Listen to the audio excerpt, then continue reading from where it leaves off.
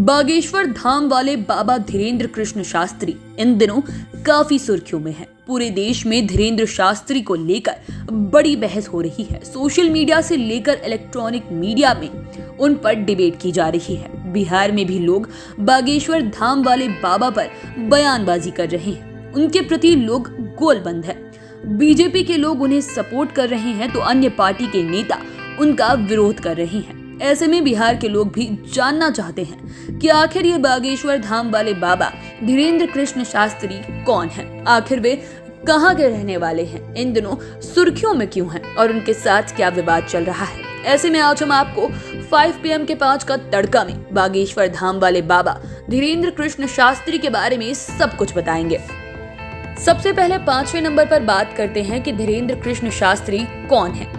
तो आपको बता दें कि धीरेन्द्र कृष्ण शास्त्री मध्य प्रदेश के रहने वाले हैं तथा काफी कम समय में ये कथावाचक के रूप में लोकप्रिय हो गए हैं। ये महज 26 साल के हैं। इनका जन्म 4 जुलाई 1996 को मध्य प्रदेश के छतरपुर स्थित गढ़ागंज गांव में हुआ था। इनकी पूरी फैमिली गांव में ही रहती है। वर्तमान में धीरेन्द्र शास्त्री मध्य प्रदेश के छतरपुर स्थित बागेश्वर धाम के पीठाधीश्वर हैं। बागेश्वर धाम मूल रूप से हनुमान जी का मंदिर है। इनके परिवार में कुल 5 लोग हैं। इनके पिता का नाम रामकृपाल गर्ग और मां का नाम सरोज गर्ग है और अभी धीरेन्द्र कृष्ण शास्त्री का विवाह नहीं हुआ है। मीडिया रिपोर्ट्स के अनुसार धीरेन्द्र कृष्ण शास्त्री की मंथली इनकम 3.5 से 4 लाख रुपए है, जबकि इनकी नेटवर्थ लगभग 19.5 करोड़ के आसपास है, यानी कि 19.5 करोड़ के आसपास है। अब बात करते हैं चौथे नंबर की। दरअसल लोगों के मन में ये बड़ा सवाल है कि इतनी कम उम्र में धीरेन्द्र कृष्ण शास्त्री का धर्म और अध्यात्म के प्रति कैसे झुकाव हो गया? बागेश्वर धाम के पीठाधीश्वर कैसे बन गए? इसके लिए थोड़ा फ्लैशबैक में चलना होगा। दरअसल इनके दादा और पिता भी मध्य प्रदेश के लोकप्रिय कथावाचक रहे हैं। उनकी कथाओं को भी सुनने के लिए दूर दूर से लोग आते थे। उनके दादा और पिता गांव के निकट ही बागेश्वर धाम मंदिर में प्रवचन करते थे, भक्ति कथाओं को सुनाते थे। धीरेन्द्र कृष्ण शास्त्री अपने दादा को गुरु मानते थे। वे भी भक्ति दरबार लगाया करते थे। उनसे भी लोग कागज पर सवाल पूछकर अर्जी लगाते थे। कहा जाता है कि धीरेन्द्र में भी ये गुण बचपन से आने लगा और महज 12 साल की आयु में ही इन्होंने कथा वाचन शुरू कर दिया। बच्चे की आवाज में कथा सुनकर लोग काफी प्रभावित होने लगे। फिर ये भी अर्जी का जवाब देने लगे। धीरे धीरे इन पर लोग आस्था करने लगे। इनके दादा ने ही बागेश्वर धाम मंदिर का जीर्णोद्धार कराया था और उन्हीं से धीरेन्द्र कृष्ण शास्त्री ने मंदिर का प्रभार ले लिया था। इस तरह से ये काफी कम उम्र में वहां के पीठाधीश्वर बन गए। अब बात करते हैं तीसरे नंबर की। धीरेन्द्र शास्त्री ने कथावाचन के साथ ही अपनी पढ़ाई भी जारी रखी थी।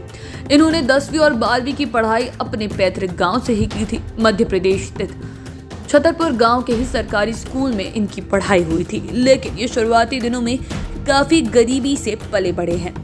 गांव के लोग बताते हैं कि एक समय था जब धीरेन्द्र के परिवार की आर्थिक स्थिति काफी खराब थी और खाने तक के लाले रहते थे। जैसे तैसे गृहस्थी चलती थी। रहने के लिए एक छोटा सा कच्चा मकान था। दादा और पिता के कथावाचन से परिवार का गुजारा नहीं चलता था, इसीलिए घर चलाने के लिए इनकी मां दूध बेचने का काम करती थी। लेकिन धीरेन्द्र ने बचपन से ही कथावाचन के प्रोफेशन में आगे बढ़ने का मन बना लिया और आज करोड़पति हो गए हैं।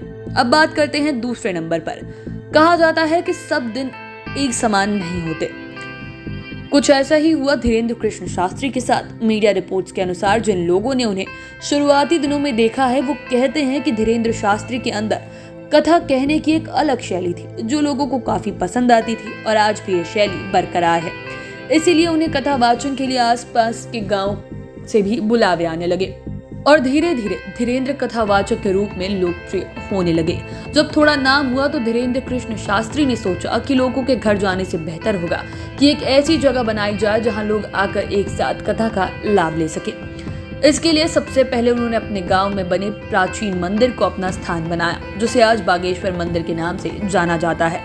साल 2016 में गाँव वालों के सहयोग से विशाल यज्ञ का आयोजन किया गया। इसके बाद यहाँ काफी संख्या में लोग आने लगे और अब तो बड़े बड़े दावे भी करने लगे हैं। इनका दावा है कि वो बिना कहे अपने दरबार में आने वाले भक्तों की समस्या जान लेते हैं और समाधान भी बता देते हैं। ये सब ध्यान विधि का नतीजा है और लोग इसे चमत्कार मानते हैं। अब बात करते हैं पहले नंबर की। इसमें ये बताते हैं कि अचानक धीरेन्द्र कृष्ण शास्त्री चर्चा में क्यों आ गए। दरअसल नागपुर की एक संस्था ने धीरेन्द्र कृष्ण शास्त्री पर अंधविश्वास को बढ़ावा देने का आरोप लगाया तथा उनके खिलाफ केस दर्ज करवाया है। इसी के बाद से उनके पक्ष और विपक्ष में लोगों की लंबी बहस शुरू हो गई और ये बहस अब सियासी भी बनती जा रही है। केस दर्ज कराने वाली संस्था ने आरोप लगाया है कि अगर वो अपनी शक्तियों को सार्वजनिक रूप से साबित नहीं करते हैं तो उनके खिलाफ कार्रवाई की जाए। वहीं ज्योतिष पीठाधीश्वर शंकराचार्य स्वामी अविमुक्तेश्वरानंद सरस्वती ने भी उनकी तथाकथित शक्तियों को ढोंग बताया है। उन्होंने कहा कि धीरेन्द्र शास्त्री अगर जोशी मठ के मकानों में आ गई दरारों को भर दे तो वे उनकी तथाकथित शक्तियों को स्वीकार कर लेंगे। इधर इसे लेकर बिहार के साथ ही देश भर के सियासी गलियारे में भी उन पर बहस शुरू हो गई है। आप चैनल के साथ बने रहें। अगर इस वीडियो को फेसबुक पर देख रहे हैं तो पेज को लाइक करें, यूट्यूब पर देख रहे हैं तो चैनल को सब्सक्राइब करें। धन्यवाद।